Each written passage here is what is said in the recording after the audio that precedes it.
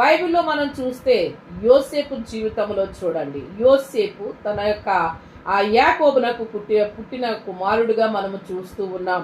ఈ యొక్క రాహేలు కుమారుడు యోసేపు బెన్యామీనులు ఇద్దరు కూడా ఎవరి కుమారులు? రాహేలుకు పుట్టిన పిల్లలుగా చూస్తాం మనము. రూబేను, యోదా, ఇస్సాకారు, దాను, గాదు, ఆసేరు వీళ్ళంతా కూడా లేయాకు, అలాగే తర్వాత లేయా దాసికి, రాహేలు దాసికి పుట్టినటువంటి వారిగా మనం చూస్తాం.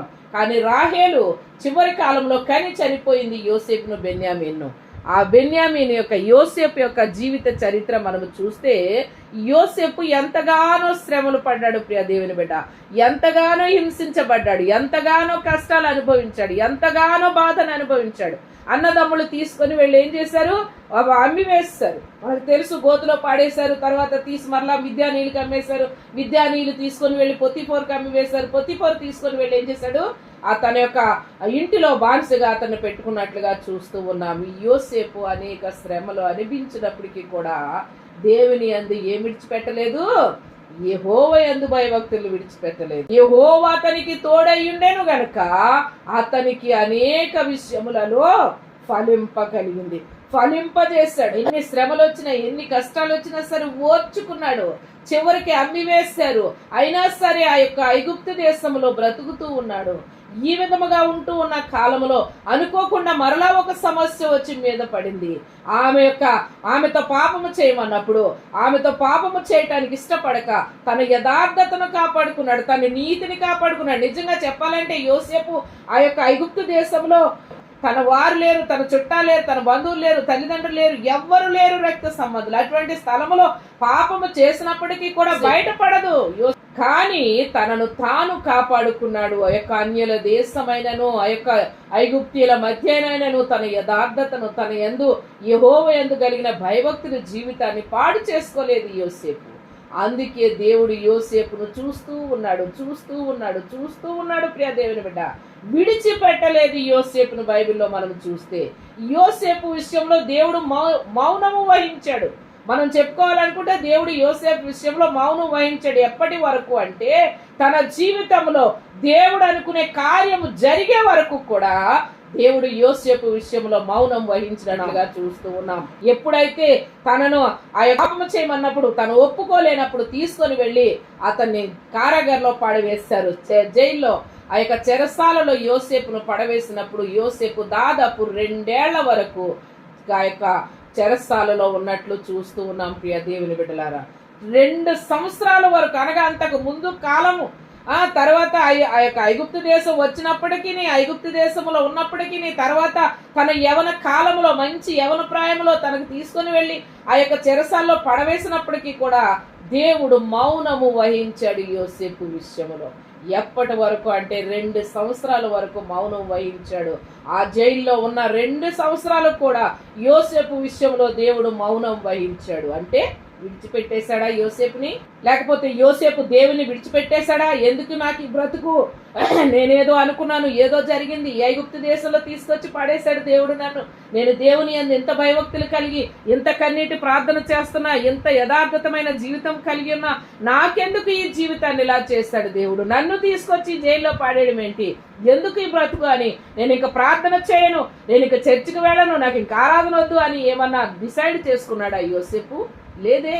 అదే యథార్థతను కలిగి ఉన్నాడు.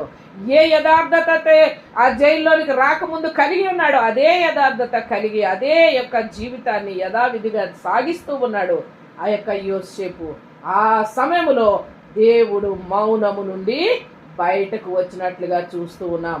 2 దాసుల ఆ యొక్క రాజు దగ్గర పనిచేసిన 2 వారి విషయంలో ఎప్పుడైతే యోసేపు వారి కళ్ళలు గనినటువంటి కళలకు అర్థాలు చెప్పాడో అప్పుడు యోసేపు బయటకు రావటానికి దేవుడు ద్వారము తెరిచాడు. కానీ ఏదో చిన్న కార్యము చేసి విడిచిపెట్టడానికి యోసేపు విషయంలో దేవుడు మౌనం వహించలేదు ప్రియ దేవుని బిడ్డ. ఒక బలమైన కార్యము జరిగించటానికై యోసేపును ఎన్నటెన్నటికి స్థిరముగా నిలబడినటువంటి ఆశీర్వాదంతో నింపటానికై అతని విషయంలో దేవుడు మౌనం వహించాడు. ఈ రోజున నా విషయంలో మనం చేస్తున్న ప్రార్థన జరగట్లేదని నీవు అనుమానం పడుతూ ఉంటే, జరగట్లేదు ఏంటి అని నీ విషయంలో నీవు గనక దేవునికి ప్రార్థన చేయకుండా ఇంకెంతకాలం చేస్తానులే అని నువ్వు అనుకుంటే నీ విషయంలో దేవుడు నిజంగానే పూర్తిగా మౌనం వహిస్తాడు. ప్రియ దేవుని బిడ్డ, నీవెప్పుడైతే దేవుడు ప్రార్థన చేస్తూ ఉన్నావు, చెవులు నిర్మించిన వాడు వినకుండునా, కళ్ళునిచ్చిన వాడు కానకుండునా అని వాక్యం ఉంది కనుక ఆయన కళ్ళును నిర్మించాడు, ఆయన చూస్తూ ఉన్నాడు. ఆయన చెవులు నిర్మించిన వాడు, ఆయన వినుచున్నాడు. ప్రియ దేవుని బిడ్డ, ఆయన మౌనముగా లేడు. నీ నా విషయంలో మౌనం వహించట్లేదు. నా ప్రియమైన దేవుని బిడ్డలారా, మనము చేస్తున్న ప్రార్థన విషయంలో మీరు కంగారు పడకూడదు. అయ్యో ఇన్ని సంవత్సరాలు బట్టి చేస్తూ ఉన్నామే, నా పిల్లలకు పిల్లలు లేరు, లేకపోతే నా యొక్క భర్తకు ఆరోగ్యం బాగాలేదు, లేకపోతే నా కుమారుడికి వివాహం జరగలేదు, నా కుమార్తె చదువులో దేవుడు సహాయం చేయట్లేదు, లేకపోతే నా ఇంట్లో ఉన్నటువంటి పరిస్థితులు మార్పు చెందట్లేదు అని కొన్నిసార్లు మనం బలహీనం అయిపోతూ ఉంటాం. ప్రియ దేవుని బిడ్డ, కొన్నిసార్లు మన ప్రార్థనకు సమాధానం రాలేదని విసుగు చెందిపోతూ ఉంటాం. కొన్నిసార్లు మనలో మనం కృంగిపోతూ ఉంటాం. కొన్నిసార్లు మన శరీరం అందు ఉన్న బలహీనతలు బట్టి ప్రార్థన చేసుకుంటే ఆ బలహీనతలు పోకపోగా దానికి తోడు ఇంకా శరీరం అంతగా నలిగిపోతూ ఉంటే విసుగు చెందిపోయి వాళ్ళు చాలా మంది రోజుల్లో ఉన్నారు. ప్రార్థనను మానేసి మౌనం వహించిన వారు, ప్రార్థన ఇంకెందుకులే అని మానేసిన వాళ్ళు ఉంటారు. మానేస్తే అది ఎవరికి నష్టం అంటే, దేవుడు శాశ్వత కాలమైన ఆశీర్వాదాన్ని నీ కొరకు ముందుగానే సిద్ధపరచి ఉంచాడు. దాన్ని తీసుకోవటానికి, దాన్ని పొందటానికై నీవు చేసే ప్రార్థనను దేవుడు గమనిస్తాడు. యోసేపు యొక్క భక్తిని గమనించాడు, యోసేపు యొక్క యథార్థత జీవితాన్ని గమనించాడు. యోసేపు యొక్క భక్తి జీవితం మీద ఆధారపడి ఉంది యోసేపు జీవితము. అప్పుడు దేవుడు 2 సంవత్సరాల తర్వాత బయటకు తీసుకొని వచ్చాడు. ఇప్పుడు చెప్పండి, యోసేపు జీవితంలో దేవుడు మౌనం వహించాడా? యోసేపును రాజు తర్వాత రాజుగా నిర్మించాడు.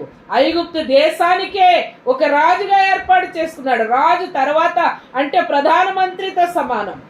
యోసేపు ఏది చెప్తే రాజు దాన్ని అదే శాసనముగా ప్రకటించాడు. అంటే ఎంత ఉన్నతమైన స్థానమునకు తోడుకొని వచ్చాడు, ఎంత శాశ్వతమైన ఆ యొక్క స్థిరమైనటువంటి ఆశీర్వాదాన్ని యోసేపుకి ఇచ్చాడు. చూడండి, మీరు మరలా వెనుదిరుగని ఆశీర్వాదాన్ని ఇచ్చాడు. ప్రియ దేవుని బిడ్డ, యోసేపు నాకు వెనుదిరుగని ఆశీర్వాదాన్ని ఇచ్చాడు. శాశ్వత కాలం ఉండే ఆశీర్వాదాన్ని ఇచ్చాడు. కొంతకాలం మౌనం వహించాడు యోసేపు విషయంలో. ప్రియమైన దేవుని బిడ్డ, ఈ రోజున నీవు నేను చేస్తున్న ప్రార్థన, ఆ ప్రార్థనకు దేవుడు జవాబు ఇవ్వట్లేదు అంటే ఆయన కార్యం మొదలు పెట్టాడని నమ్మాలి. ఆ ప్రార్థన వెనక కార్యం జరిగిస్తున్నాడని నమ్మాలి. నీవు నేను నమ్మి తీరాలి. అప్పుడే ఆ కార్యాన్ని దేవుడు సఫలం చేస్తాడు. కంగారు పడిపోయి కాళ్ళు తొక్కేసుకున్నా, కంగారు పడిపోయి మనం ఏదేదో ఆలోచించేసుకుంటే అది మనకు దెబ్బ అయిపోతుంది. ప్రియ దేవుని బిడ్డ, అప్పుడు పూర్తిగా సాతానుకు లోబడిపోతాం. ఆ యొక్క పొందబోతున్న ఆశీర్వాదాన్ని దేవుడు దూరం చేస్తాడు. యోసేపు జీవితంలో ఒకవేళ నిజంగానే యోసేపు ఆ స్త్రీతో పాపము చేసినా, లేక జైల్లో పడేసినప్పుడు దేవుని విడిచిపెట్టినా, ఇంకెందుకులే నాకు ఈ బ్రతుకని బయటకు వచ్చి నాకు వదిలేయండి, నేను నా బతుకు నేను బతుకుతాను, నేను దేవుని బిడ్డను కాదు అని అనుకున్నా, ప్రయోజనం లేకపోని యోసేపు జీవితం నాకు అర్థం లేకపోను. కానీ దేవుని ప్రణాళిక యోసేపు పట్ల నెరవేర్చుకున్నాడు. కారణం ఏంటి అంటే, కొన్నాళ్ళు ఆయన మౌనము వహించాడు. ఈ రోజున నీ నా ప్రార్థనకు మౌనం వహిస్తున్నాడంటే కంగారు పడవద్దు దేవుని బిడ్డ. నీ ఇల్లు కట్టుకోవాలన్నా, నీ వ్యాపారం మంచిగా సాగాలన్నా, నీ పిల్లలు మంచి ఆశీర్వాదానికి లోబడే ఆశీర్వాదానికి వెళ్ళాలన్నా, శాశ్వత కాలం ఉండే ఆశీర్వాదాన్ని నీకు ఇవ్వాలన్నా నీవు ప్రార్థన చేసుకుంటూ వెళ్ళిపోవాలి. దేవుని దగ్గర నీ భక్తిగా యథార్థతగా సాగించుకుంటూ వెళ్ళిపోవాలి. నా తండ్రి ఏదో ఒక రోజు తప్పకుండా దీన్ని చేస్తాడు. ఆయన నా పట్ల, నా ప్రార్థన పట్ల ఆలస్యం చేస్తున్నాడంటే ఆయన అమృతాన్ని నాకు ఇవ్వబోతున్నాడని నమ్మాలి. ప్రియా దేవుని బిడ్డ, నీ హృదయ రహస్యాలు ఎరిగిన దేవునికి తెలుసు. ప్రియా దేవుని బిడ్డ, నీ భక్తి ఎలాంటిది, నీ భక్తిని బట్టి ఆయన కార్యము చేయటానికి సిద్ధముగా ఉన్నాడు. రండి ప్రార్థన చేద్దాం మనం.